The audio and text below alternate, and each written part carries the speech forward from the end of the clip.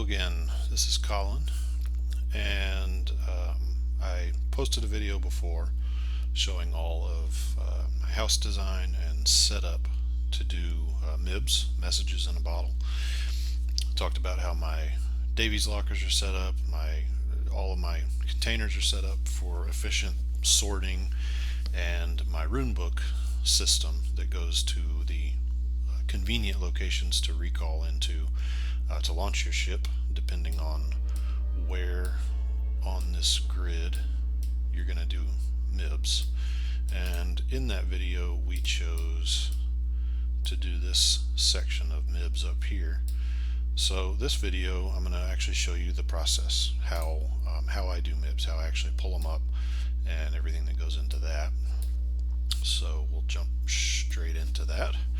I've already launched the ship and sailed it into position, just because that's boring to watch me sail. So using the grid in Runebook, it was A3 on this grid, and A3 in the book took us to right about here on the map. You can see on the world map, somewhere around there, and I sailed it over to get started on this spot, 1771 164. So it's actually already in position for that.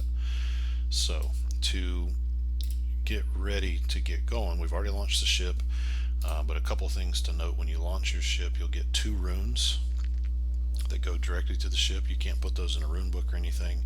They're not blessed. So first thing to do after you launch is come home and drop the extra rune somewhere, because if you get sunk, the only way to get your ship back, or if you get killed, the only way to get your ship back if it's not sunk is to get another ship and sail back out there to pick it up, which can be pretty annoying. If you have this rune back home, then you can get back, you can get resurrected and healed and restocked, or whatever you got to do, and then just go right back to your ship. So important step, don't forget to do that. It also means another character can come and rescue you. Otherwise another character won't be able to, and you'll just be stuck out there. So hope that if you get attacked by a player, they actually sink your ship, because then you don't have to worry about all that. So I've already dropped my extra rune there. Also wanted to just show, again, just like I said in the first video, I don't automate everything. I like playing the game myself and not doing a whole lot of automation. But I do have shortcuts here. I don't have ship commands on hotkeys, just because I just don't. It's just my preference. But I do have them here.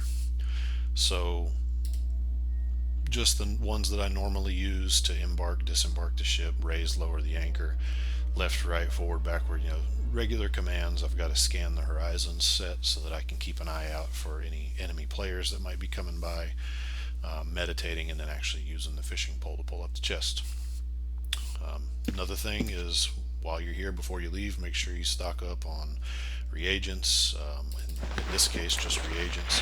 On my tamer there, I'll make sure I have reagents and bandages, and then also make sure you have plenty of bent rods, or rods. I use bent rods because I don't like fishing up junk. And then your MIBs are all there. We pulled those out in the last video, so those are all the same ones. So that's ready to go. And then also, before you leave, this is what I do, is since I have multi-client with my tamer, I will start a party, and that's important because you want to be able to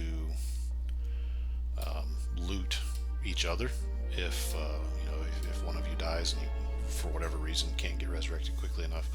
But more importantly, there are times when fisherman pulls up something and for some reason has too much weight, and I can't, the chest is already full, I can't put the gold in there, so I'll have my tamer grab it. And just being in a party makes that easier. You don't have to worry about going gray or anything like that. But anyway, also a way to save, to share fame and karma if you care about that. I don't really care about that at this point. But the other nice thing that they've added recently is that when you have a pet that's in your party, then it's easier to heal and cure if you need to do that. So I've got that. I'm ready to go. So can't gate to a ship rune. So first I'm going to take my fisherman, we're going to recall out to the ship, And the first thing I'll do is recall there by myself, just to make sure, there are some who will set a vacant ship on fire and just leave it. So I want to come and check and make sure the ship is okay. I'm going to do a scan the horizons. I don't see anybody around, so we're in good shape. So I can either gate my tamer here, or the tamer can go over to that room and drop there. I usually just gate them in because, why not? So open up a gate, come down here and get right. So my tamer pretty much is just going to stay right there. No real reason to move her around. As I said, I'm already in place, so that where I'm standing right here, I'm in a good spot to fish. You can see that this MIB is at 1771 164. I'm at 1770 164, so I'm like one tile away, but that's a good spot to be. The last thing that I will do before I actually start fishing is I'm going to open up my Tillerman, and I'm actually going to add my alt as an officer on the ship. And that's because if I do get attacked and my fisherman dies and my tamer's not dead yet, you can't control the ship as a ghost. So I need my tamer to be able to, try and get away before the tamer dies too. So just good to have that, so you both can control the ship. That being said, we're pretty much ready to go. The last thing that I'll do externally before I do MIBs is I've got to get my MIB file open. Some people will do MIBs. They'll pick their section, they'll fish them all up, and then they'll clean up their map later. I don't do that. In this particular case I could. It wouldn't be that big a deal. But when the MIBs are really concentrated, like in areas like this where some of them are almost right on top of each other, it can be hard to remember, crap, which ones did I pull up? And I just don't want to mess with that.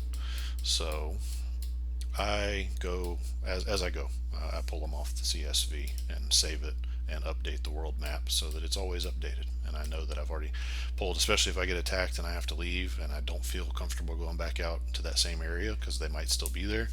I like to know that I've already got my map updated. So all that being said, let's get rolling. So on my fisherman before I start, on my tamer before I start, I am going to use my flute. It's just one less thing. After you log in, the first time you try to provoke something, it asks you what instrument to use. That's just one more step to take when you've already got the mobs pulled up. So I go ahead and play it, then I don't have to worry about that. So we're ready to go. I'm going to go ahead and do this and try and talk you through as I go what I'm doing here. So I'm going to start fishing, to usually target right in front of me. Sometimes it takes one cast, sometimes it takes 3 or 4. It just depends. It's random. Didn't get one that time, so we'll just go again.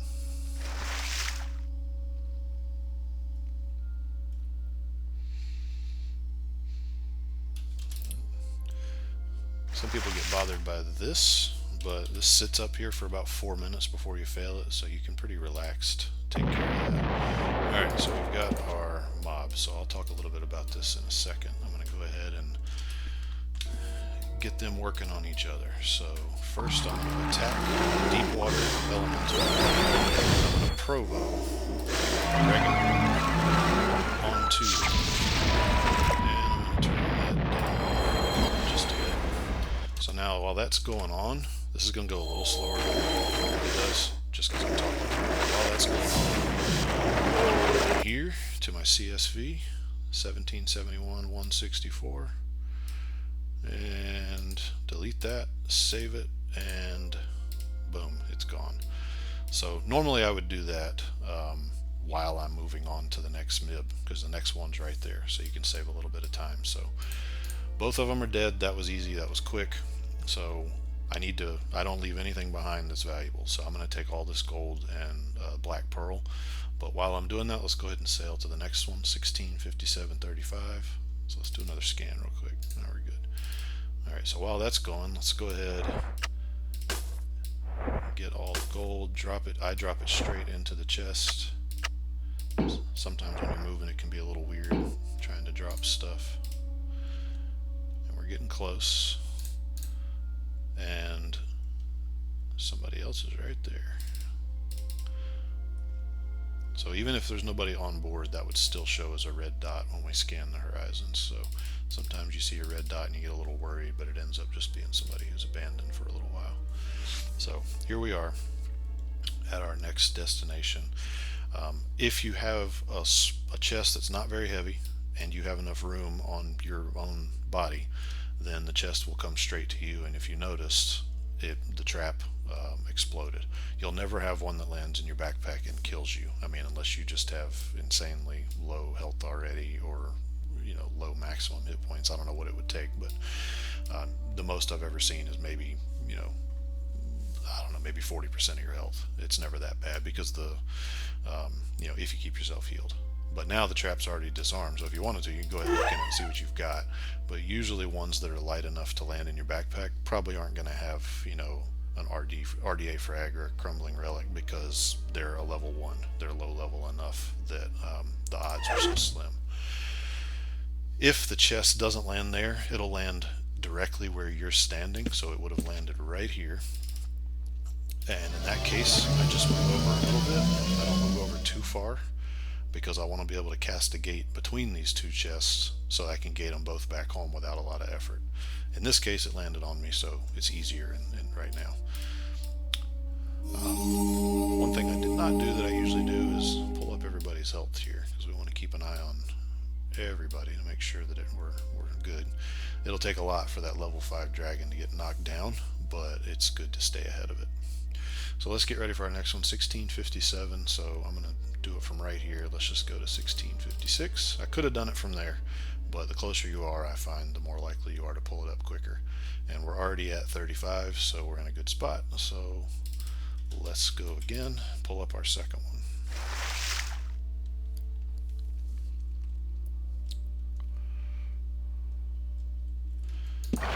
Go, move just enough away so that it can't melee me. Because even if you attack with your dragon, they'll still melee the fisherman sometimes. And very quickly, you can actually see Tangle mixed with Devil because she was too close. While we're sitting here, 1657, 35. So let's take care of that. Knock that one out. And that one's gone. So switching back over here, let's go ahead and start moving. As they die, if you stay close enough, then the corpses will open automatically and we can start moving this stuff in. Usually the only thing valuable you're going to get off of these mobs is the gold and the black pearl, and then some unidentified weapons and armor. I don't take regular armor or weapons, but if it's magic, I will take it, drop it in the chest, and it'll just be that much more that I can sell later on. So we're at 1534. I usually will get to the next spot and then I'll take care of the chests that I have. So that red dot, we already know what that is. That's just a vacant ship. But we have 2 chests. I rarely go more than 2 before it's time to take them back home. We've already got some chests there, so we're not going to go to MIB 1. I think we still have room for MIB 2. So I'm going to cast a gate, grab the chest, use my gate macro to go through the gate, drop it, drop the next one. Got to move 1 step in so that you can secure it. Done. Now we're moving on, and we're back to our next 1534, 58. So we need to back up just a little bit. Oops, 54. There we go. Now we're right on it, and let's go.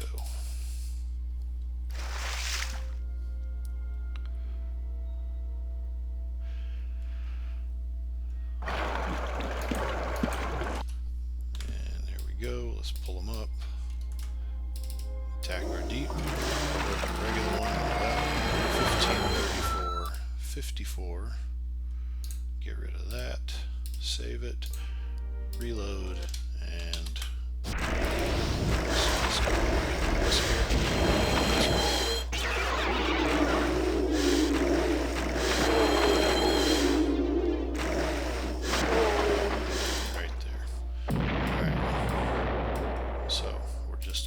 for the next one. Let's do another scan, see if anybody else has popped up. Nope, we're gone. We're good. Let's get our gold, You notice I am not looking in these chests. That's the beauty of MIBs. It's not a treasure map. I can take these chests with me and worry about them later. But sometimes, if you look closely, you'll get used to the fact that this high level chest, level 3, will always have 70 items in it. So if it has 71, before you drop anything else, you know that you've got either an item ID wand, an RDA frag, or a crumbling. Memory's getting bad. I think I just dropped something in there, so I don't think we have a special chest here. But let's check it out. Yeah, I don't see it. It'll usually be one of those items will be near the top, so it won't be buried under other stuff. So you can see there that was the highest you'll get outside of an ancient, and it still didn't kill me, so it did a good bit of damage, but not really a big deal. Alright, so we're ready for our next one, but I don't want to start it here. I want to leave some space between, so I'll probably do it right there. Let's see where we are. 1480, 38. I like to be right on it. So let's pull that one up.